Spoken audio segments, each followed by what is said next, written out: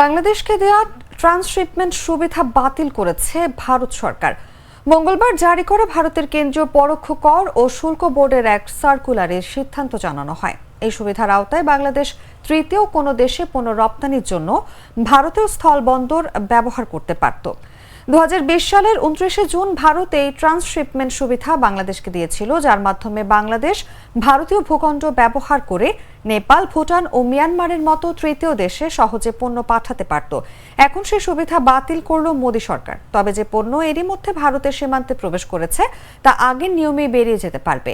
বিশেষত গার্মেন্টস খাতের ভারতীয় রপ্তানিকারকেরা দীর্ঘদিন ধরেই এই সুবিধা বাতিলের দাবি জানিয়ে আসছিলেন। তারা অভিযোগ করছিলেন, প্রতিদিন প্রায় 20 থেকে 30টি ট্রাক বাংলাদেশ থেকে দিল্লি বিমানবন্দর কার্গো টার্মিনালে প্রবেশ করে, যার ফলে ভারতীয় পণ্যের রপ্তানি ব্যাহত হচ্ছে।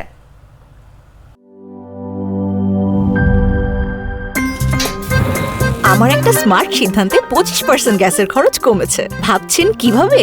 সাধারণ গ্যাস স্টোভ বদলে আমি এনেছি আরএফএল গ্যাস স্টোভ। এর সাইন্টিফিক নজেল ও ব্রাস বার্নার ক্যাপ সমানভাবে তাপ ছড়িয়ে রান্না করে দ্রুত। তাই গ্যাসও বাঁচায় 25%, টাকাও বাঁচে 25%। আরএফএল গ্যাস স্টোভ নিরাপদ ও গ্যাস সাশ্রয়ী।